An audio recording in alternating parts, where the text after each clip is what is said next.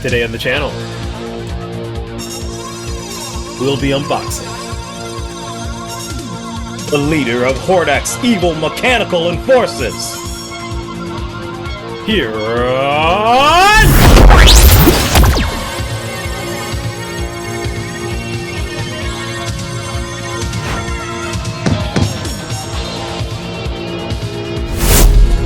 Welcome back to the channel.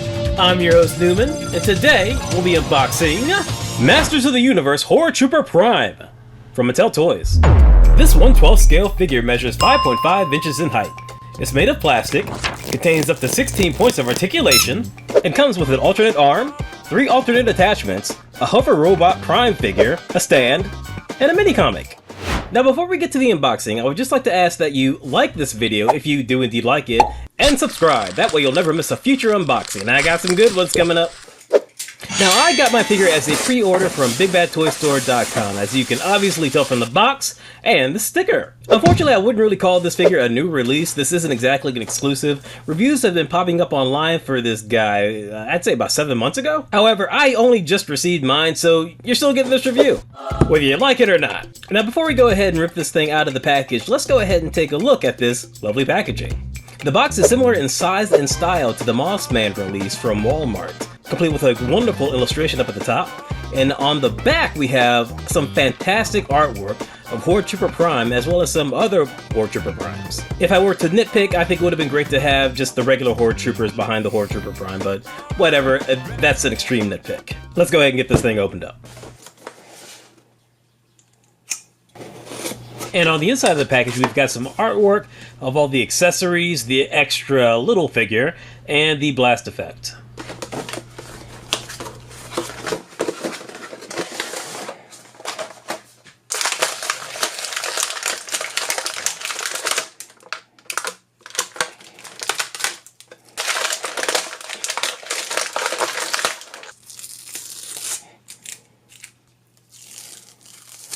Alright, and here we go. So this is a pretty good looking figure. Now I typically don't unbox Origin figures unless they are Mattel Creations exclusive, so this is my first Horde Trooper I've unboxed. I say that because despite the fact that it has a different arm, more accessories, and another figure with it, this is honestly just a repaint of the regular Horde Trooper. But for me, it's all brand new. But before we get too deep into the what I think rabbit hole, let's go ahead and go over articulation. So the head does indeed go all the way around, despite that big old collar. Arms go up to about yay high. There are single joints at the elbows, which are extremely tight, especially the one with the gun on it. The wrists are very good. There's a hinge on it, which is excellent. Waist goes all the way around. Legs go up to about here.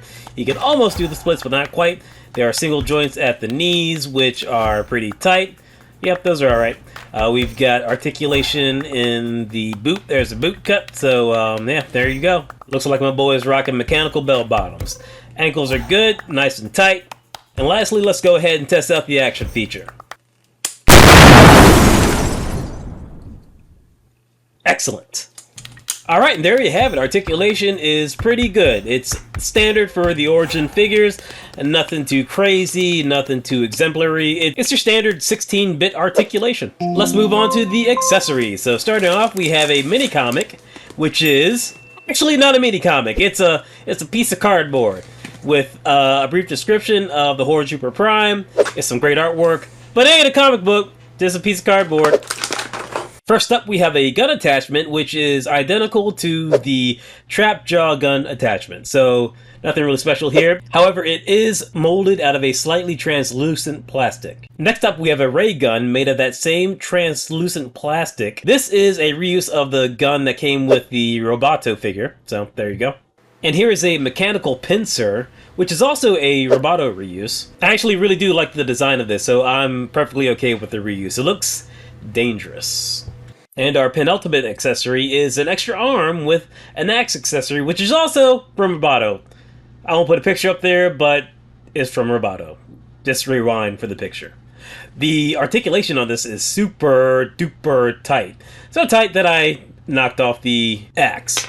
And our final accessory, which I'm not even quite sure I should call an accessory, is a Hover Robot Prime figure. As far as I know, this is the first Origins Horde robot figure that has been produced. It looks very similar to the Classics version. I do not have the Classics, so I can't 100% verify that this is the same exact sculpt. I will say, however, that the sculpt is very nice. The articulation is very good for such a little tiny figure. However, a part of me is a little bummed that we never got an official silver version of this released in Origins yet. And for our accessories after credits, we have a stand for the Horde robot figure. So let's go ahead and bring him back in, get him all situated, and there we go. Got yourself a Horde hover robot. Alright, so let's go ahead and get back to my main man, hordetrooperprime. So, I initially thought that this gun arm right here was actually detachable, but it is not detachable, because I tried very hard to get that attachment off, and it did not come off. But this arm will come off, and so will his cape. There's a little hole in his cape where the peg goes in for his arm, so you just got to make sure that when you're removing these arms that you're putting the peg through the cape. Now, I believe on the instructions and on the promo pics, this extra arm is actually meant to replace his right arm, the one with the that gnarly laser gun slash knife, I guess. But I think that's a little boring, so I prefer to have his extra arm on the left side so he can have weapons on both sides. Now, all of these swap outs are super easy, and nothing is too loose, everything's going in relatively well, and everything looks pretty good too. So I guess one of the good things about the fact that these are all reused pieces is that if you decide to use possibly a different color, if you don't like the red translucent plastic, you can in fact use the Roboto pieces or the Trapjaw pieces. Switch it up a little bit, because all of those pieces are either black or solid red or silver, so it could still work with this figure. And as was previously shown in the articulation, this figure retains its blast away effect from the original Origins Horde Trooper, which was its action feature from the original 80s toy. I'm gonna be honest, it's one of my least favorite action features. I'm not big on it. I do like it when toys explode. Because I was one of those kids who just like to tear my shit up. But I always thought the explode action feature on this was a, I don't know, just a little limp. A little anemic. A little flaccid, if you will. It's not terrible by any means. It does what it's supposed to do. I'm just not a big fan of it.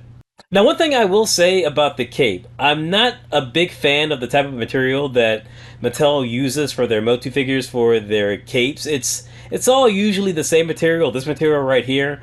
However, it drapes really well with this figure, and the more you pose it, the way it drapes over his armor, it's actually a little elegant. So hey, I think we've wasted quite enough time playing with this thing. Let's go ahead and do a few comparisons. Let's start off with the Masterverse Horde Trooper, big old chunky figure, and the standard Horde Trooper from Origins. Now, having these three guys side by side, you could actually create quite a nice army with these things. You've got a commander, an enforcer, and a infantryman all right here. So bringing the original Origins figure next to the hordetrooperprime, you can see that this is just a repaint, with Prime sporting an extra arm and both made from a pearlized plastic. One red, one silver. Oh, and also the cape. Can't forget the cape!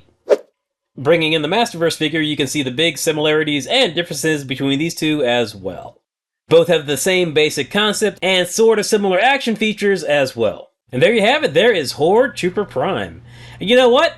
I think this figure is pretty neat. As someone who has not unboxed the original Origins Horde Trooper, I think this is a really fun figure to play with. Okay, final thoughts. Overall, I think this figure is a win. I paid $29.99 for this from Big Bad Toy Store, and you know what? I think that's a pretty good deal. Generally, your standard Origins or Cartoon Collection figure would run you somewhere between $17 to $20.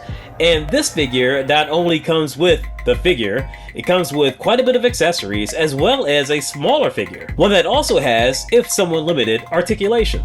Also, the playability factor with this figure is also pretty high. I know I said I wasn't too keen on the action feature, however, the posability of this is quite a bit of fun. I had a lot of fun posing them. The sculpt is good, my paint application was also good, and even though I'm not big on the material of the cape, I still think it drapes over the figure very well. Alright, so that's going to pretty much wrap it up. I am Rip It Open with Newman on Threads, Instagram, Red Note, Blue Sky, and Fanbase. Please like and subscribe if you enjoyed this video. Hit the bell for notifications, and I will catch you later.